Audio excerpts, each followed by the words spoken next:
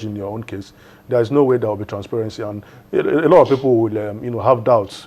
And when there is a problem with the justice system, especially when it concerns football, people are going to be aggrieved. And what it means is that they are going to go to any level, even as far as going to the conventional courts, which will drag football backwards. So they must make the system very transparent, and anybody who is involved, whether in the Nigerian Football Federation Executive Committee, whether at any level, should take the bull by the horn, lead by example, and relinquish one of the positions.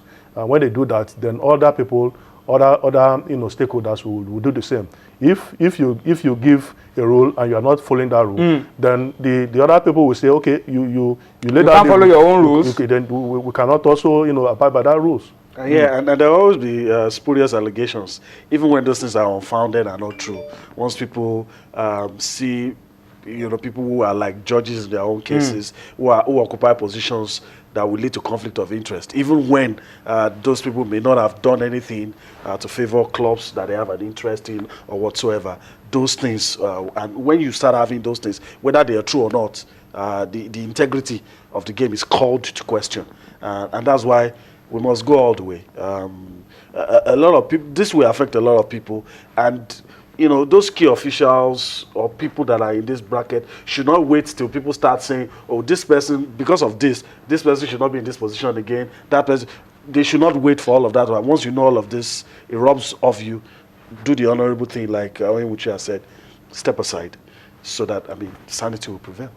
All right, let's read a few comments on Twitter very quickly. Yinka Wolewa is watching us from Ilorin, and he says, I feel that the NFF's decision on integrity is a fantastic development, but it must be strict with the implementation process. That's exactly what we've been trying to say, that implementation is the key. You can come out with a lot of things, positive things, but if you're not implementing, then you are going nowhere. All right, let's switch now, and this time, just go abroad very quickly. Yemi Adebayo, let's talk about some issues of interest to us in Nigeria. Anthony Joshua, Anthony Oluwafemi Joshua. I think we should be calling him that one. Let's call the full names so that we can really appreciate what this guy has been able to do. That's the next big thing. Yeah. Joshua Klitschko fight, and a lot is going on, Yemi. A lot is going on for that big showdown in April, and it has sort of become our own, sort of, because you just called him Oluwafemi now. Yeah. A lot of people... Naija boy, yes, that's what they call him. That's what they call him. So it's getting massive support, not just from Nigeria, from Africa. We've always known that Anthony Joshua is the next big thing. Whether or not he's going to be able to step up, we'll see. There's a chink in Klitschko's armor. Tyson Fury showed us that he has not lost in 11 years before the Tyson Fury bout. But Tyson Fury showed us, even though there's that taint of cocaine at some point, that Klitschko can be beaten. But then again, you look at the flip side, Klitschko has learned his lesson, and he'll probably double his efforts to prove that he still has it. He's a man that has been wounded. He's a man who feels he has a lot to prove, and so we'll see. And this is a unification bout. It makes it more exciting. Yes, you win bouts like this. You go on top of all the division of all the associations. You get all the belts. And if Anthony Joshua is able to do what we know he can do, then talks of him probably going against Deontay Wilder will start resurfacing. My opinion, that's the best boxer now. My opinion. And but one doesn't have to jump the gun. Klitschko says there's no chance for Anthony Joshua at all, and Anthony Joshua is saying probably Klitschko will probably be down before he realizes it. All of them are the usual trash talk. But both guys, what's been remarkable, perfect gentlemen.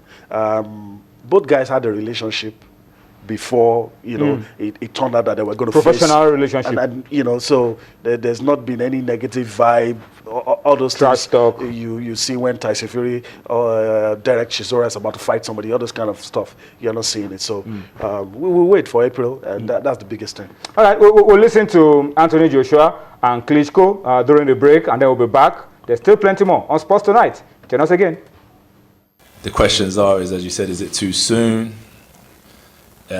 What type of audience has he fought in front of before, and what type of opponents has he faced? Is it too soon? But I feel whatever occasion I've been put in front of in my early stages of my career, I've always overcome. And people say, how do you feel about fighting in front of 90,000 people? Could you ever picture it? And I say, no, it's not that I couldn't picture it, but I don't think God would ever put me in a position that I couldn't handle. So I'm here for a reason, and I'll handle business the same way I've been handling business. And even though we're in front of 90,000 people and the world watches, the objective still remains the same, and that's to be victorious. I am, and I repeat it one more time, this word, obsessed with my goal to become three-time world champion. I think it's a perfect timing for both of us. In 3 years, he's going to be too good, and I'm going to be too old maybe. But this is the time, and we just got it in the right time.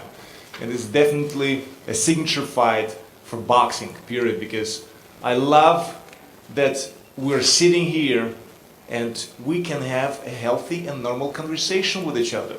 In this crazy world, with all the wars and all the controversies and all of that, it's amazing to see in such a competitive sport as boxing, where actually we will demolish each other in the ring afterwards, but we're respectful to each other, we're respectful to the sport and to the fans, and you know what? It pays off. It pays off because that's going to polish this amazing sweet science.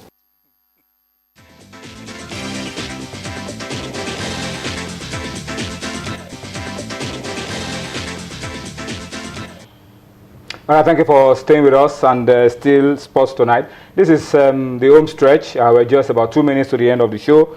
We have to wrap things up now. But let's just quickly update you with that game that's currently going on. First semi-final of the 2017 Africa Cup of Nations in Gabon.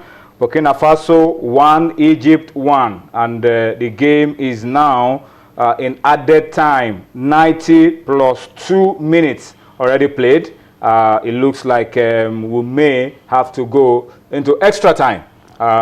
So that's how it is. Burkina Faso 1, Egypt 1. Yemi, to wrap up very quickly on the program tonight, let's just get back to athletics. Usain Bolt disappointed. He has to drop one of the 9 gold medals, triple. What exactly is going on? Of course, what's the reaction? What's the story? Sebastian Coe as well. Just fill us in very quickly. Seb Coe denies knowledge of knowing the extent of doping that is going on, that was going on in Russia at that time.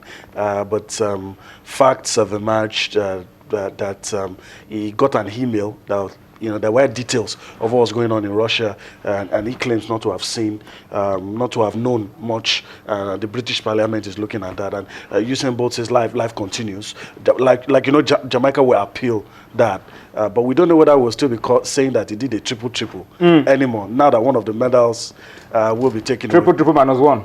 So, but he says life goes on, and he's not angry with Nesta Carter. But let's see what happens from Jamaica's appeal.